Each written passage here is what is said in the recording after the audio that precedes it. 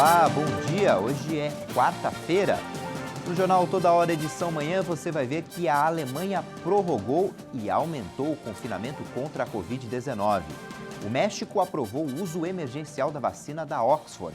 E a gente vai mostrar também como é que está a corrida pela presidência da Câmara aqui do Brasil. A gente começa com a situação da pandemia no país. O Ministério da Saúde informou que o Brasil voltou a registrar mais de 1.000 mortes por coronavírus em apenas um dia. O número de diagnósticos também subiu e passou de 50 mil em 24 horas. O Brasil registrou a triste marca de 1.171 mortes de um dia para o outro. No total, já são 197.732 vítimas desde o início da pandemia. Também foram contabilizados mais 56.648 casos em 24 horas, chegando a mais de 7.810.000 infectados. A média móvel de mortes em 7 dias no Brasil teve uma pequena variação e ficou em 722 óbitos por dia. A média de casos confirmados no período é de 35.264 novos diagnósticos a cada 24 horas, o que ainda assim indica uma tendência de queda. E analisando a evolução da pandemia por estados, agora 5 deles registram alta: Amazonas, Pará, Roraima, Sergipe e Tocantins. Outras 16 unidades da federação apresentam estabilidade, sem uma grande variação no número de mortes. Acre, Amapá, Alagoas, Bahia, Ceará, Distrito Federal, Goiás, Maranhão, Mato Grosso do Sul, Minas Gerais, Paraíba, Piauí, Rio Grande do Sul, Rio de Janeiro e Rondônia. E em queda aparecem 5 estados: Espírito Santo, Paraná, Pernambuco, Santa Catarina e São Paulo. Ontem, o presidente Jair Bolsonaro disse aos apoiadores na porta do Palácio da Alvorada que a situação econômica do Brasil não é boa e que, nesse cenário, fica difícil promover mudanças e realizar o que foi planejado. Ele chegou a dizer que gostaria de mexer na tabela de tributação do imposto de renda, mas isso não será possível. Ao ser questionado sobre a situação do país, Bolsonaro fez uma análise do cenário econômico e ainda criticou a maneira como parte da imprensa tem feito a cobertura da pandemia. Chefe, o Brasil está quebrado, chefe. Eu não consigo fazer nada. O senhor passou por lá. Eu queria mexer na tabela de imposto de renda. Teve esse, não quer. Esse vírus potencializado pela mídia que nós temos, essa mídia sem caráter que nós temos. É verdade. Mas o povo está alerta a isso. É um trabalho incessante de tentar desgastar para retirar daqui, para voltar alguém para atender os interesses escusos da mídia. Nesta terça-feira, o presidente ainda realizou reuniões com assessores, ministros e fez uma visita técnica ao Ministério da Saúde. O ministro da Economia, Paulo Guedes, disse que, ao afirmar que o Brasil está quebrado, o presidente estava se referindo especificamente ao setor público. O governo precisa respeitar o teto de gastos para controlar as contas públicas. O respeito ao teto de gastos tem sido o principal argumento contra a prorrogação do auxílio emergencial. A estratégia de dar um intervalo maior, além de 21 dias, entre as doses da vacina contra a Covid, pode prejudicar a eficiência do imunizante. O alerta foi dado pelo laboratório BioNTech. Alguns países adotaram a medida para vacinar mais pessoas. A empresa afirmou que a eficácia e a segurança da vacina não foram avaliadas para outros calendários de doses, além das 2 injeções com intervalo de 21 dias. Diante das reservas limitadas do produto, a Dinamarca anunciou que vai espaçar as 2 doses em 2 semanas, enquanto o Reino Unido decidiu separar as injeções em 12 semanas. Na Alemanha, o Ministério da Saúde pediu às autoridades que avaliem as opções para espaçar a dose. Uma fonte do laboratório afirmou que, mesmo que os dados demonstrem que existe uma proteção parcial 12 dias após a primeira dose, não há indícios que demonstrem que a proteção permaneça além de 21 dias. O Ministério das Relações Exteriores confirmou ontem a compra de 2 milhões de doses da vacina contra a Covid-19, doses produzidas pelo laboratório indiano Serum, em parceria com a empresa indiana de biotecnologia Bharat Biotech. As farmacêuticas indianas foram contratadas para produzir 1 bilhão de doses da vacina da AstraZeneca, em parceria com a Universidade de Oxford, para os países em desenvolvimento. Ainda de acordo com o Itamaraty, as doses começarão a chegar ao Brasil ainda esse mês. Para tentar conter a propagação do novo coronavírus, a Alemanha vai prorrogar e reforçar o confinamento parcial até 31 de janeiro. Berlim disse nesta terça-feira que a Alemanha vai permanecer em lockdown para conter o avanço da Covid-19 até 31 de janeiro. As medidas de confinamento que foram intensificadas ficariam em vigor a princípio até o próximo domingo. São medidas mais fortes devido ao agravamento da situação, especialmente no que se refere ao contato, à movimentação em áreas muito afetadas. As restrições afetam ainda escolas e creches. A maioria dos estabelecimentos comerciais que não forem essenciais permanece fechada. A partir de agora, reuniões só poderão ocorrer entre 2 pessoas, em vez das 5 fora do núcleo de convivência permitidas anteriormente. O confinamento estrito imposto por vários países europeus não é realizado na Alemanha. Mas os deslocamentos estão limitados a um raio de 15 quilômetros do domicílio nos locais onde a incidência supera os 200 novos contágios por 100 mil habitantes. O Brasil é o segundo país com o maior número de jornalistas mortos pela Covid-19. Desde o início da pandemia, mais de 600 jornalistas já morreram por causa das complicações da doença. Segundo o levantamento da Universidade Johns Hopkins, 86.476.000 pessoas já foram contaminadas pelo coronavírus. 1.869.000 pessoas morreram. O preço médio do etanol subiu em 13 estados e no Distrito Federal. Em 12, não houve alteração. Apenas no Amapá, a Agência Nacional de Petróleo não pesquisou as cotações. Em São Paulo, que é o maior produtor do país, o litro foi vendido a R$ 3,01, 3% mais barato do que na semana anterior. Em compensação, o biocombustível subiu a R$ 3,49, com alta de mais de 3%. A Caixa libera hoje saques e transferências das últimas parcelas do auxílio emergencial para aniversariantes de abril que não são do Bolsa Família. Os beneficiários já haviam recebido os 2 últimos depósitos no aplicativo Caixa Tem.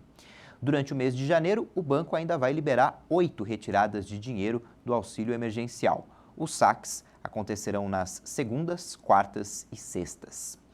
A gente vai para o intervalo, na volta tem a previsão do tempo e você vai ver também como é que estão as articulações na corrida pela presidência da Câmara. Até já!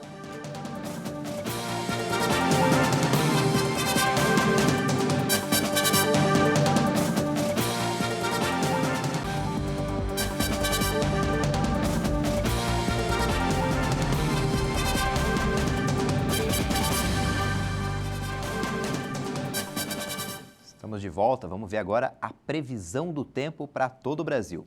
Nesta quarta-feira, a atuação de 2 sistemas de baixa pressão vão estimular a formação de muitas áreas de instabilidade no centro-sul do país. Por isso, há risco para temporais a qualquer hora, especialmente no leste catarinense, inclusive em Florianópolis, na região de Curitiba, no interior do Paraná e também sobre o sul de Mato Grosso do Sul. Algumas pancadas de chuva também devem começar pela manhã, mas intercaladas por aberturas de sol no oeste de São Paulo e no sul de Minas Gerais. Chove de forma isolada entre a tarde e a noite nas demais áreas da região sul do país, inclusive na capital Porto Alegre. O risco para temporais vai aumentar amanhã em todas as áreas do estado de São Paulo, que devem ter chuva especialmente entre a tarde e a noite. As pancadas serão isoladas e típicas de verão no estado do Rio de Janeiro, em grande parte de Minas Gerais e também sobre as 4 capitais da região centro-oeste. O tempo fica firme e sem chuva desde o Espírito Santo até o interior do Nordeste e também sobre a capital Palmas. A chuva ainda será passageira e sem risco para temporais desde Salvador até o litoral do Ceará. O tempo permanece muito carregado, com risco de chuva forte a qualquer hora em todo o centro-oeste do Amazonas, no estado do Acre e também sobre as capitais Porto Velho e Manaus. Nas demais áreas do país, inclusive na região de Belém e de São Luís, o dia começa com sol e chove forte entre a tarde e a noite. A mínima prevista na capital do país é de 18 graus e faz 21 graus na região de Porto Velho. À tarde, a máxima chega a 32 graus em Manaus, faz 29 graus em Salvador e na capital fluminense a máxima é de 35 graus. Os candidatos à presidência da Câmara, Arthur Lira, do Progressistas de Alagoas, e Baleia Rossi, do MDB de São Paulo, iniciaram as articulações em busca de votos. O Partido dos Trabalhadores confirmou que irá apoiar Baleia Rossi, candidato indicado pelo atual presidente da Casa, Rodrigo Maia, do Democratas.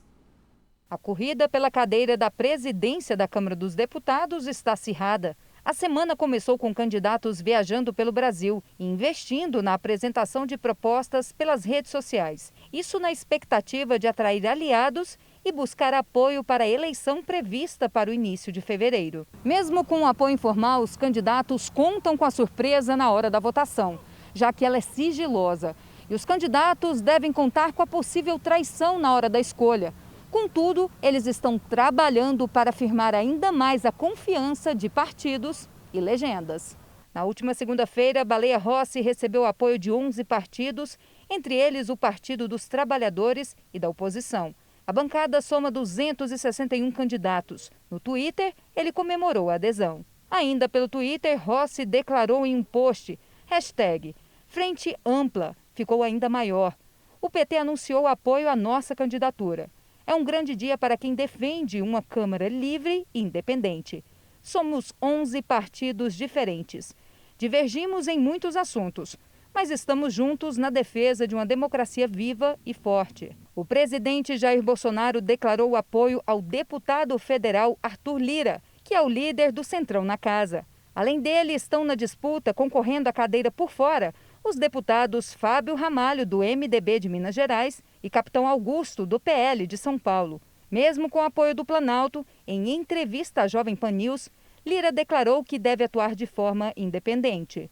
A minha candidatura ela é fruto do apoio do meu partido, a princípio, e do apoio de partidos que pensam parecidos, né? Nós somos partidos de centro, que sempre trabalhamos para dar estabilidade e previsibilidade ao país nas pautas mais necessárias.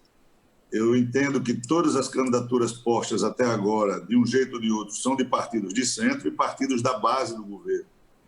Uns tentam modificar essa visão momentaneamente, então eu não faço nem apoio ao governo e a problemas do Brasil de ocasião e também não faço oposição de ocasião, quando é conveniente. Já seu principal oponente, Baleia Rossi, pretende defender uma agenda econômica liberal, apoiando as reformas tributárias e administrativas. O dia hoje deve ser agitado na capital dos Estados Unidos. O presidente americano Donald Trump confirmou no Twitter que vai participar de um comício em Washington. O republicano informou que vai falar na esplanada ao sul da Casa Branca durante o movimento Save America Rally, em tradução livre, Salvem os Estados Unidos. A manifestação foi convocada por simpatizantes do presidente para protestar contra a certificação no Congresso dos resultados das eleições presidenciais de 2020. Dezenas de legisladores republicanos permanecem fiéis a Trump e prometeram protestar na sessão do Congresso que vai confirmar os 306 votos dos delegados para o democrata Joe Biden. As objeções não devem impedir o procedimento, mas podem atrasá-lo. Nesta terça-feira, republicanos e democratas travaram uma batalha acirrada pelo controle do Senado na Geórgia. 2 vagas estão em jogo e a votação foi encerrada no começo da noite local. Autoridades da Geórgia afirmaram que os resultados podem só ser conhecidos nesta quarta-feira, mas não descartaram um tempo maior. Se os 2 candidatos democratas vencerem, o Senado ficaria dividido em 50 cadeiras para cada lado e o voto de Minerva caberia à futura vice-presidente Kamala Harris. Assim, Biden chegaria à Casa Branca com maioria na Câmara e no Senado, tendo maior liberdade para colocar em prática seu programa de governo. A apuração lá na Geórgia está adiantada e as projeções indicam vitória dos 2 candidatos democratas de apoio a Joe Biden. A Unicamp começa hoje a primeira fase do vestibular 2021. 34 mil alunos das áreas de exatas e humanas fazem a prova. O processo seletivo foi dividido em 2 dias para evitar aglomerações e para manter um espaçamento de 1,5 metro por causa do coronavírus nas salas de aula. Com isso, os 43 candidatos dos cursos de Ciências Biológicas vão ser avaliados amanhã, quinta-feira. Ao todo, são oferecidas 3.200 vagas em 69 cursos de graduação. O exame começa à 13h e tem 4 horas de duração. Os portões abrem ao meio-dia e os candidatos devem usar máscara e levar álcool em gel. Estudantes com suspeita de Covid-19 não devem ir fazer a prova. A primeira vacina chinesa aprovada oficialmente contra a Covid-19 da Sinopharm é eficaz contra as novas variantes do vírus. A afirmação foi feita por um dos grupos responsáveis pelo desenvolvimento do fármaco. A vacina desenvolvida pelo laboratório público Sinopharm, em parceria com o China National Biotech Group, tem uma taxa de eficiência de 79%. A eficácia foi anunciada pelo grupo farmacêutico pouco antes de receber uma aprovação condicional para a comercialização. Pequim anunciou na semana passada que detectou a nova variante de origem britânica em um estudante que retornava do Reino Unido.